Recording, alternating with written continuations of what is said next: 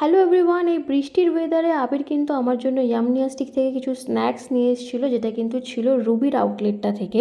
তো এখান থেকেও আমার জন্য এনেছিল চিকেন পপকর্ন আর এনেছিল চিকেন ওয়ান্টনস। তো এটার প্রাইস কিন্তু সত্যি কথা বলতে আমি জানি না, বিকজ এইগুলো আমার জন্য আবির নিয়ে এসেছিলো। তো 5 পিস এরকম চিকেন ওয়ান্টনস ছিল, আর এখানে কিন্তু 1 প্লেট মতন চিকেন পপকর্ন ছিল, সঙ্গে ওরা সস আর মেয়োনিজ প্রোভাইড করেছিল, যদিও ওটা একটু কম হয়ে গেছিলো আমার মনে হয়েছে। তো প্রথমে যদি বলি যে চিকেন পপকর্নটার কথা, তবে কিন্তু এগুলো আমাদের খুবই ভালো লেগেছে খেতে। চিকেনটা কিন্তু একদমই ফ্রেশ ছিল, একদমই আন্ডারকুক ছিল না। বাইরেটা যেরকম ক্রিস্পি, ভিতরটা কিন্তু ওরকমই সফট ছিল। আর এই ফ্রায়েড চিকেন ওয়ান্টনসগুলো কিন্তু আমার একদমই ফেভারিট হয়ে গেছিলো, বিকজ এটা খুব ভালো ছিল খেতে। দেখতে পাচ্ছ ভিতরে কিন্তু একদম প্রপার স্টাফিং দেওয়া ছিল, আর এটার মধ্যে একটা স্ট্রং লেমন ফ্লেভার ছিল, যেটা কিন্তু যে কোনো কারোর ভালো লাগবে খেতে।